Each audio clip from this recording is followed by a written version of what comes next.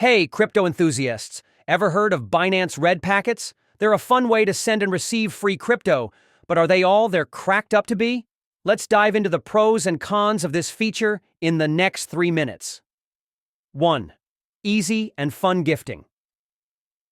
With Binance Red Packets, you can instantly send crypto gifts to friends and family, making digital gifting super simple and enjoyable. 2. Fee-free transactions.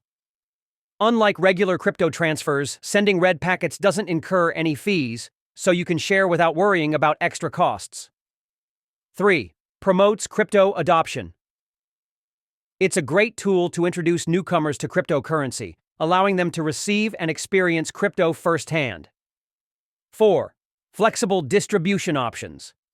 Choose between equal sharing, where everyone gets the same amount, or random distribution for a surprise element among recipients. 5. Instant transfers. Recipients can redeem Red Packets immediately, bypassing typical blockchain confirmation times. Visual. Warning icons and caution tape graphics. 1. Time-sensitive offers. Red Packets come with an expiration date. If not claimed in time, the crypto goes back to the sender. 2. Potential for scams. Beware of fraudulent Red Packet links. Always ensure you're receiving them from trusted sources to avoid phishing attempts.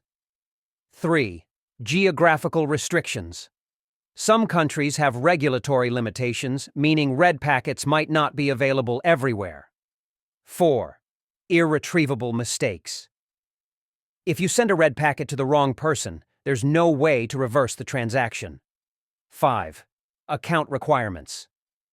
Both sender and recipient need to have Binance accounts, which might be a hurdle for some users.